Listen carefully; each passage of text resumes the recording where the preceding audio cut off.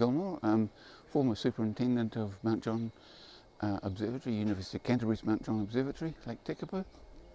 We're at the Stardate South Island meeting organised by the Canterbury Astronomical Society, being held at Staveley in Canterbury.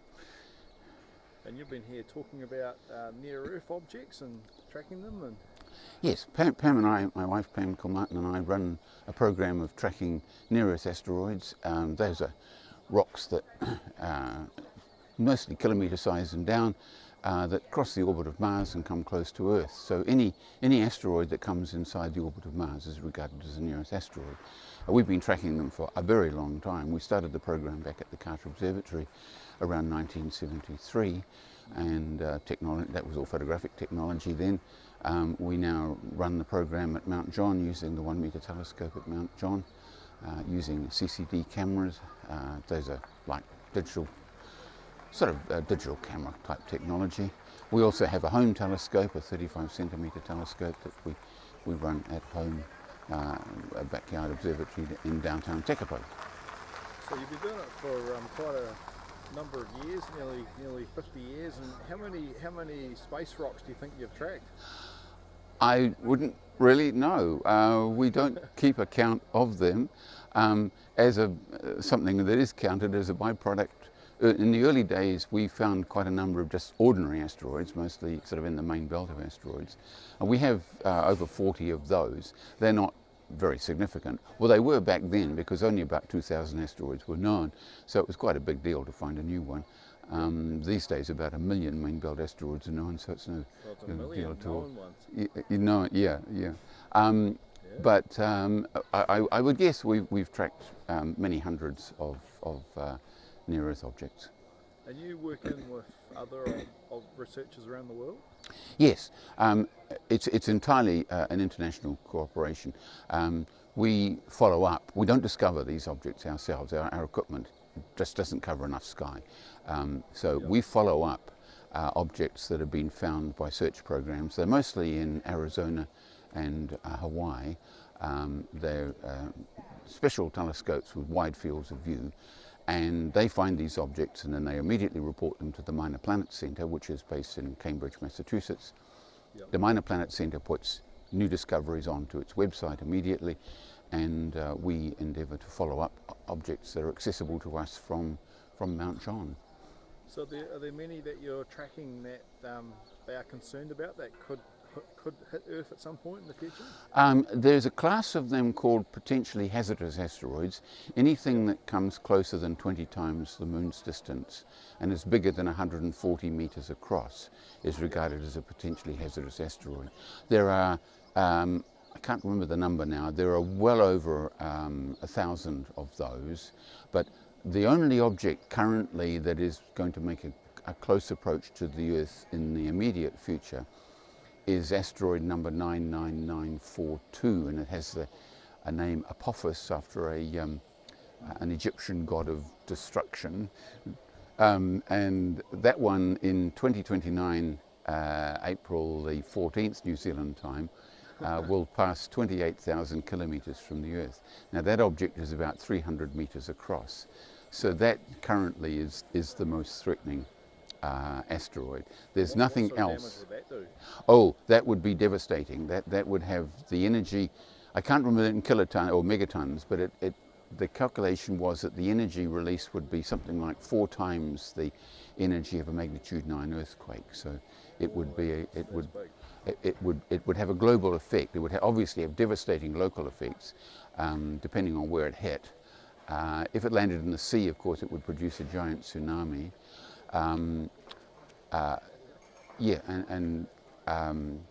So an object like that has a lot of energy, but that's the only object which is currently of any close passing significance.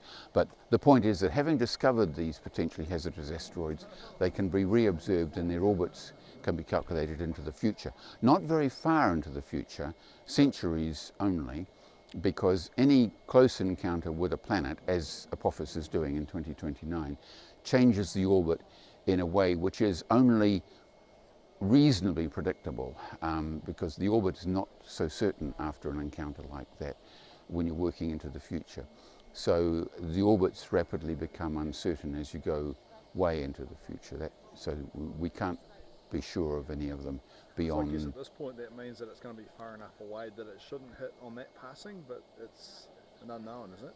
Oh no, it definitely won't hit us on that passing. It has been well observed by both optical observing, that is like measuring positions, the work that Pam and I do, but also the radar people who bounce radar signals off and measure the distance by radar. They have done a lot of work. They did a lot of work in 2012 when the object passed fairly close to the Earth, or sort of cruised along beside the Earth for a while. And we know from that work that the object will miss us with a good safe margin in 2029. There was a possibility that if it passed at a particularly critical distance in 2029, that its orbit would be deviated in such a way that it would hit us in 2056, but we're now quite sure that it won't pass at that critical distance either. Okay, so it could be some future point that it could. Yeah, we know, the people who do all the very detailed orbit calculations know that it won't be a problem for at least 200 years. Okay. Yeah. What are the methods if we do find a rock that's coming towards us? Is it the Armageddon scenario realistic, or? Well, we're unlikely to have a significant object coming at us with only a sort of day's notice. There's several levels actually. We know that from time to time quite sizable rocks, several meters across, hit the Earth. The most recent damaging one was in Russia in the city of Chelyabinsk. I don't know how the Russians pronounce it, but that one was a rock perhaps about between 12 and 20 meters across.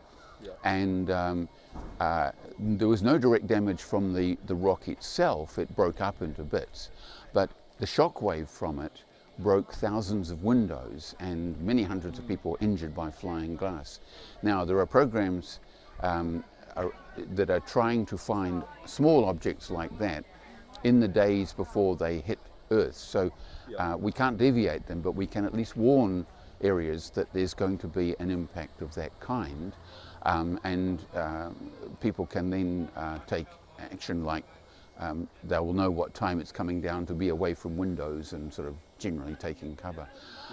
Larger objects we would have, like Apophis, we would generally have years to decades of warning, and the idea there is to just gently shift the orbit. They wouldn't be looking to nuke it.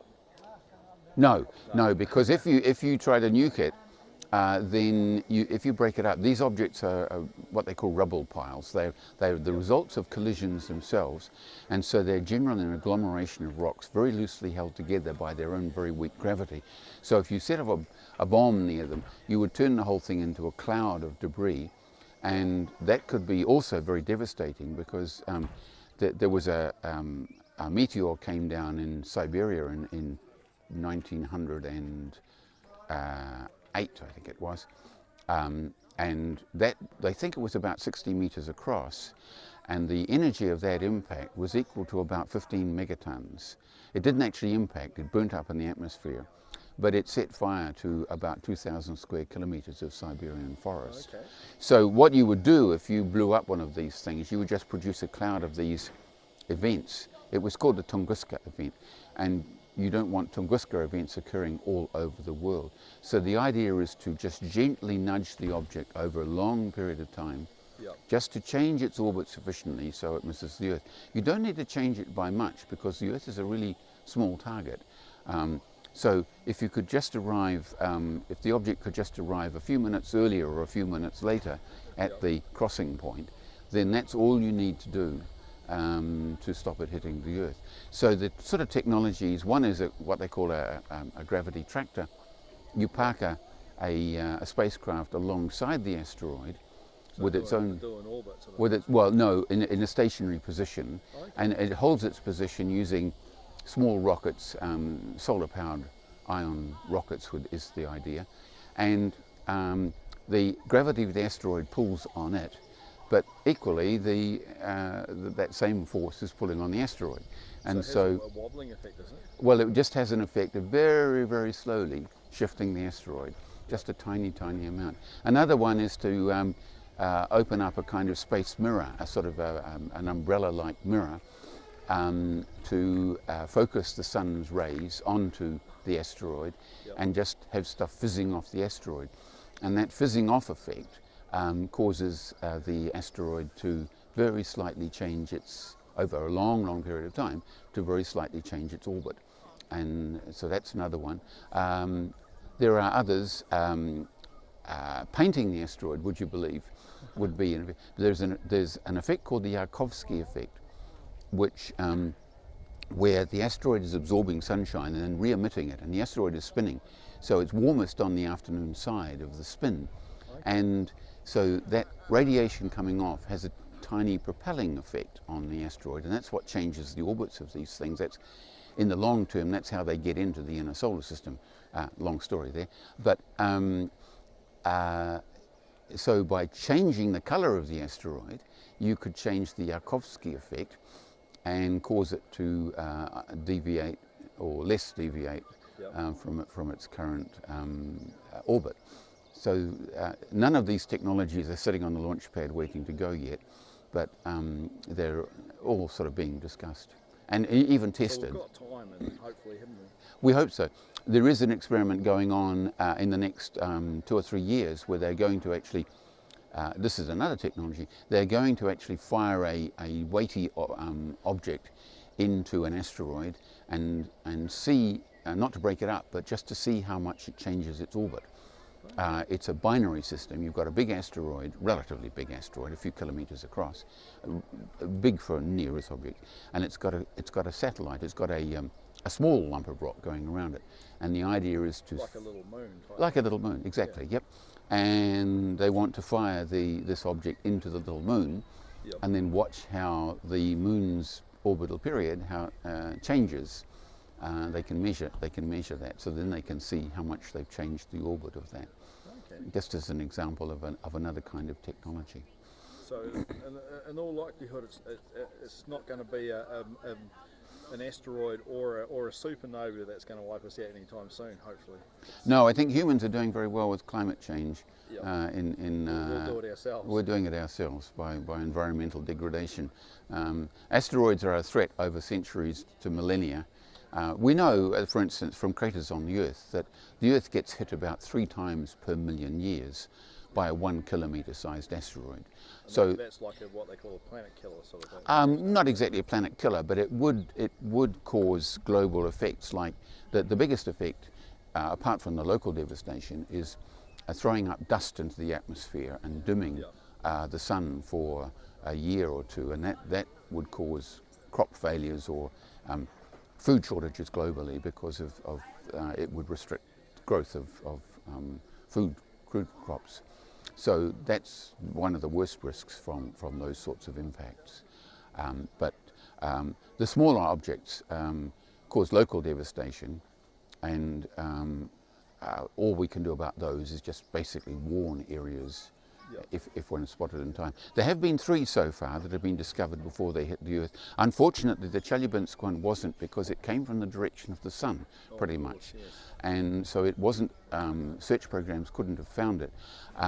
But there are search programs running that, with the exact intention of being able to find these small objects and then get an orbit and quickly warn places where an impact might occur. That's good.